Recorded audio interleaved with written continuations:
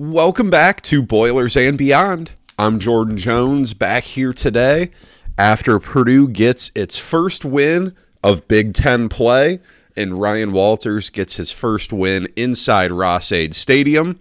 The Boilermakers with a dominant 44-19 win over Illinois, using a big second half to pull away and retain the cannon for yet another year. We're going to break it all down here today, talk about how Purdue got back in the win column, ending a little two-game losing skid. Lots to talk about here. I'm going to talk about where Purdue goes from here. Purdue looked like it got a little bit better. So some thoughts, some observations, some notes, all of that here to come. Real quick, if you don't follow the show on Twitter, please follow along at Boilers Beyond. Always feel free to send questions over on Twitter there. You can email me as well, boilersandbeyondpod@gmail.com. Send any questions, comments, concerns over on either of those, and you will want to subscribe wherever you get your podcasts. Lots of stuff coming to you throughout football season, 2 episodes a week, and as I record this at 8:30 a.m., the calendar has turned to October. And for many of you, that means that basketball season is just a month away. We will have our annual deep Purdue basketball preview episode coming this month during Purdue's bye week. So subscribe wherever you get your podcasts because there's a lot of good stuff coming.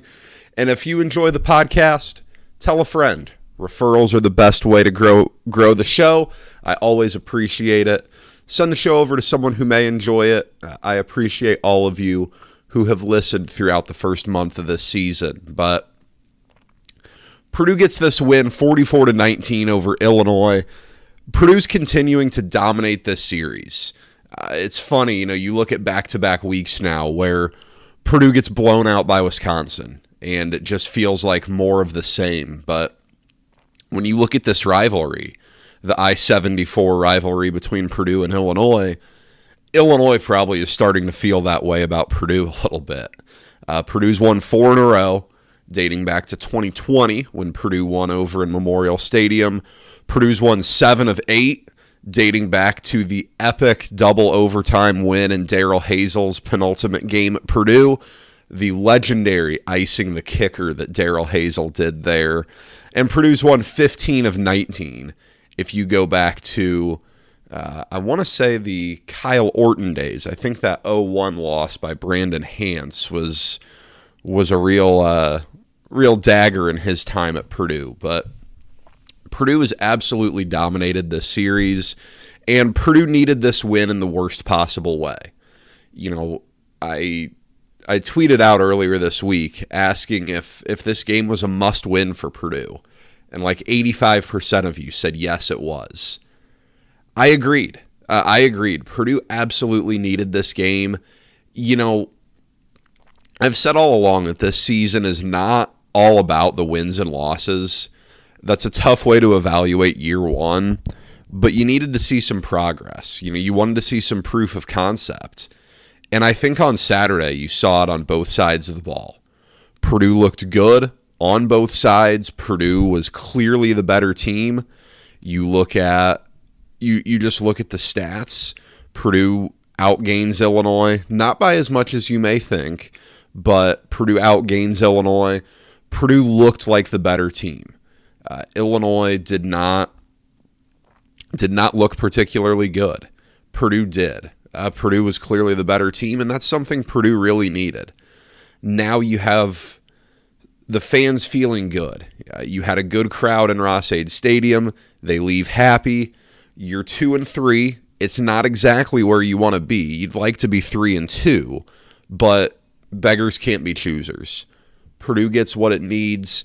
I thought the biggest storyline coming out of this game came in the post-game press conference when Ryan Walters came out and said that he was calling the defense in the game yesterday. Kevin Kane and Graham Harrell both were moved up to the box. Obviously, Harrell still calling the offense from up there. But, that was kind of the big story, if you ask me, because that's a pretty big, you you document the Walters era and what's going on and how things are going. That's a pretty big shift.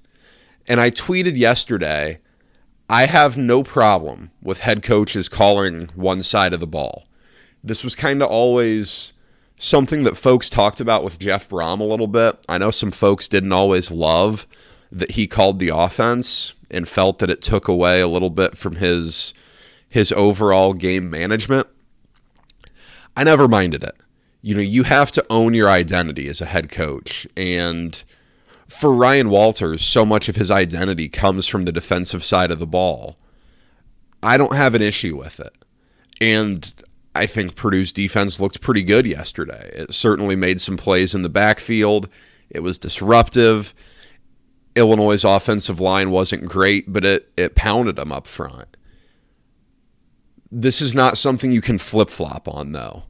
This can't be something where Ryan Walters calls the defense here against Illinois, and then Kevin Kane calls it the next 2 games, and you come out of a bye week, and if Purdue's defense doesn't look so hot, then it's back to Ryan Walters. That's not something I think you can really flip-flop. You really have to stick to something and roll with it. If not for the entirety of your career, at least for the rest of the season before you reevaluate. I really don't think that's something you can flip-flop. So that's going to be something I'm interested to see moving forward. He brought up that Kevin Kane can see things better from the press box. Naturally, I agree. Purdue's no stranger to this conversation. Remember back in 2019 when a big storyline coming out of the loss at Nevada to open the season was Nick Holt being sent up to the press box. He wasn't very happy about it. That led to a long season between Brom and Nick Holt. Ultimately, Nick Holt leaves after the season. So I'm not by any means insinuating that that's going to be the case here. It's just interesting to note, this isn't the first time we've dealt with that at Purdue. Purdue got a big game from Yanni Karlaftis. It was a bit of a surprise to see O.C. Brothers on the injury report. I don't know exactly what's going on there, unless I completely missed something, which I might have. I would not put it past myself to have just completely whiffed on that. But that was a bit of a surprise, and it opened up the opportunity for Karlaftis. He took advantage of it. He had a really, really nice game. I think it's really nice to see, Karlaftis here, 8 total tackles, got a tackle for loss on that 4th down stuff, had a sack in the game. Really good game for him. I think it's nice to see him start to carve out his own identity. He was a pretty highly touted recruit when he came in, a 4-star recruit who had a lot of hype around him, mostly because of his last name, too. And a lot of the conversation over the last 2, spring practices has been, where's Karlaftis at? How's he stacking up? Are we going to see him? He's not his brother. He's not George. He's not going to be a first-round pick. That's okay. That's okay. He doesn't have to be. Inside linebacker seems to be a good spot for him. He's really bounced around throughout his entire career, but he looked good on Saturday. I think that was a real positive. I think he's someone that, clearly, if Brothers is healthy, is that number 2 guy in the inside linebacker spot. I think it's clear that he's jumped above Clyde Washington there. And if you're Purdue, that's a very, very welcome sight. He's a guy who's still got some time left for you. He's a guy who, you can build on and can be a part of this defense moving forward. That was really good to see. I think when you look at this defense, Nick Scorton is just scratching the surface of what he can be.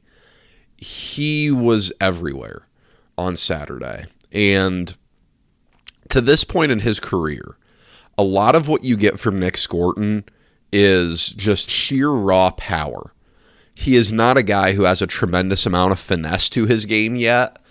He's still pretty raw. But man, he is powerful. He is very capable. He had a big sack on Saturday. He had a number of pressures. Let's see here. I'm trying to pull up the Pro Football Focus. numbers to see how many pressures he had, but only 2 pressures, I guess. That's not as many as I thought, but he was a monster nonetheless. You know, him and Kadron Jenkins have been an excellent combo at the outside linebacker spots this year. That's been really good to see for Purdue because the interior of the defensive line is just okay. It's not horrendous. It's not awful, but it hasn't been great. It's good to see the outside step up and play well. That was a good game for both those guys. You know, all in all, this was not some game-changing or season-changing game for the defense. Markevius Brown really struggled in coverage. He got burned a couple times bad. Got away with 1 or 2 of them too. That could have been a lot different. But I will say, that guy's a really good tackler. He had a couple of good tackles on the outside, and of course on the corner blitz where he got a strip sack. That was really nice as well. That got Purdue on the board. That got Purdue momentum when it really needed it in the game. This game was one where early on, it looked really bad. Just the quality of football being played in the first quarter, first 20, 25 minutes of the game, it wasn't pretty. It wasn't pretty at all. And until Purdue had that 21-0 third quarter to pull away, it did not look like it was going to be, you know, one for the record books, one for the memories. But, you know, credit to Purdue's defense because it came out in the second half and it did a really nice job to hold up against Illinois and give Purdue's offense the ability to go win the game. You know, on the offensive side of the ball, I thought Purdue looked pretty good. I thought Purdue did a nice job at being balanced on offense, a really good effort on the ground for Purdue. And that's 2 games in a row where Purdue has ran the ball particularly well, flirted with 200 yards again. That's something that Purdue doesn't do a whole lot of. And you've had 2 straight weeks where Purdue's ran the ball really well.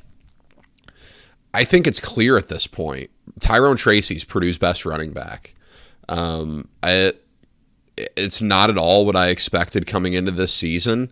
I did not expect this to be the case, but he has been fantastic for Purdue. He, 112 yards and a touchdown. Now he's scored in all 5 of Purdue's games. He's been excellent. I know I've talked a couple times about how it's just a shame that it took so long for him to get moved to running back. Man, he looks great there. It's good to see at least, in his final year of college football, he's going out on a really strong note. I thought Purdue probably should have gotten him out of the game earlier than it did. He played pretty late into this one, and you didn't want to see him get hurt, but he looked excellent. He's a real asset for this Purdue offense. And, Devin Mockabee put together a nice game with the caveat, another fumble. That's 6 fumbles in 5 games now for Devin Mockabee, and that's becoming a real 5-alarm fire for you there. He looked good running the ball otherwise, 14 carries for 67 yards and a touchdown. That's pretty good. He was running hard. Obviously, the guy's not trying to fumble. I don't want to pile on because it's not fair to him. That no one's trying to fumble the football, but Purdue's gotta get a solution there. This can't continue for Devin Mockabee. This can't be something that happens every week. And now, that's 4 of the 5 games this season where Maccabee's had a fumble. There's certainly frustration mounting there on his part, I'm sure. Time will tell, but for right now, I think Tyrone Tracy's Purdue's number 1 back. I think Maccabee's your 2. And Dylan Downing has done some nice things as the 3rd running back. He had a 16-yard run, 4 carries for 30 yards. He looked pretty good.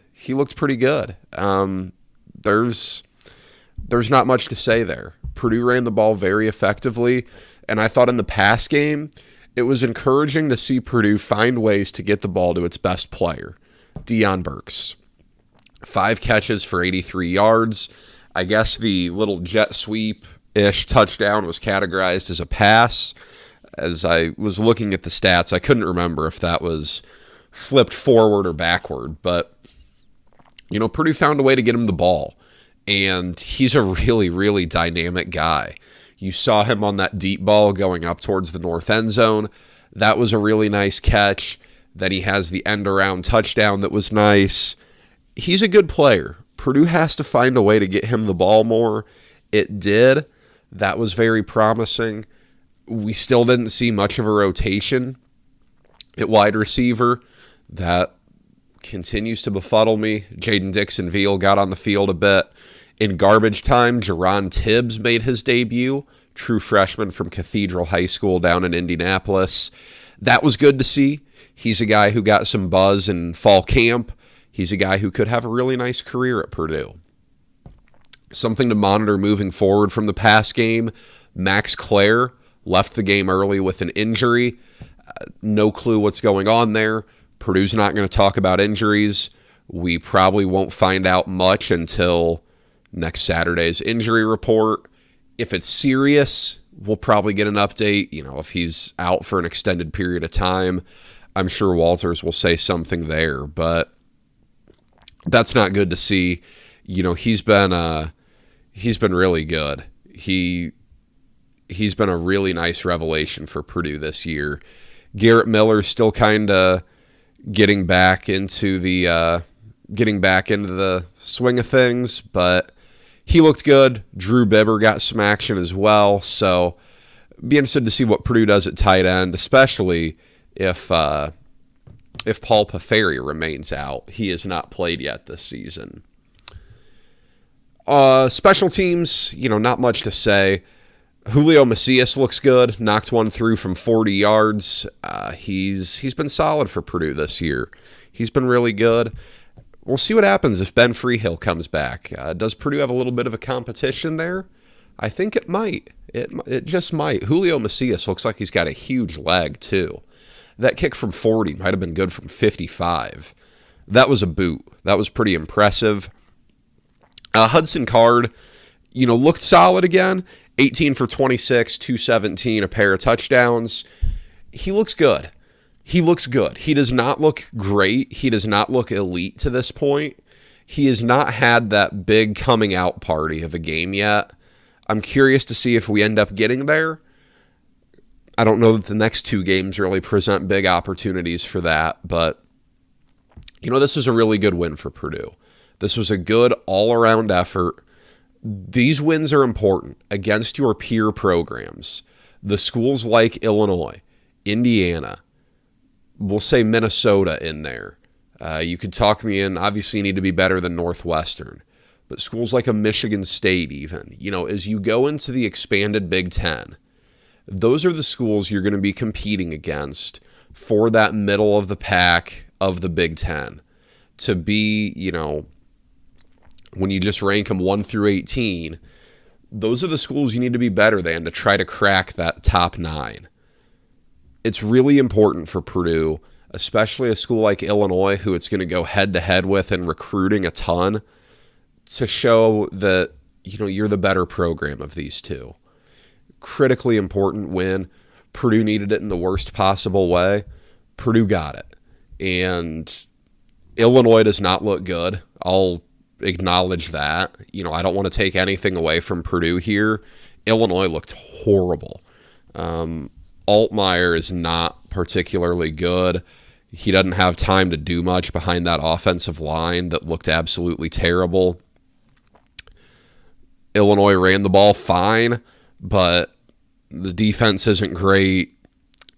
Purdue kind of won at the point of attack when I didn't know that it would. They kept Johnny Newton and Keith Randolph fairly quiet. Newton did go out with an injury for a little bit, but he came back in the game. That was the key. Purdue could not get exposed at the point of attack too bad. Purdue didn't, and you saw what happened. This is a very limited Illinois team, but a lot of the teams Purdue's going to play from here on out are limited. I don't want to get too crazy here. I had a high school baseball coach that would always say, never two up, never two down. And you don't want to get two up after one win against a team that's not great, but when you look ahead, I don't think there are a ton of teams left that Purdue can't hang with. I think you got two, Ohio State and Michigan. I don't think Purdue can hang with them, but I think Purdue can hang with everyone else, and that starts next week at Iowa. It won't be easy. Hope you have your Peacock subscriptions ready for that one too. But, there's a path here for Purdue to finish this season really strong. We'll see where it goes. I'm not going to, make any sweeping judgments yet, but there's a lot of football ahead of this team. And as the calendar turns from September to October, the first month wasn't what you hoped for. I would not say it was fantastic for Purdue, but you know what? You're at 2-3. You are where you are, and it's a long season. It's only 3 months in duration. I always say, you only get college football on a quarter of the Saturdays of the year. But Purdue is weathering the storm a bit. Purdue bounced back when it needed to the most. So that's all I've got for you today. Sorry, I meant to tweet out for questions last night, but didn't. A good effort from Purdue. I think you saw a lot of things that make you optimistic about the rest of the season and make you feel good about the improvement going on over in the Kozic Performance Center. So that's all I've got for today. Thank you for spending time with me. We will be back here in the middle of the week to preview Purdue at Iowa. Be sure to follow the show on Twitter at BoilersBeyond and send me questions for that show. Anything Purdue football related is fair game. Send it on over at Boilers Beyond on Twitter or boilersandbeyondpod at gmail.com. Be sure to subscribe so you don't miss a thing, and tell a friend if you enjoyed the show. I always appreciate you guys who listen and hang with me through the ups and downs of the season. Until later this week, enjoy your weekend and take care, guys.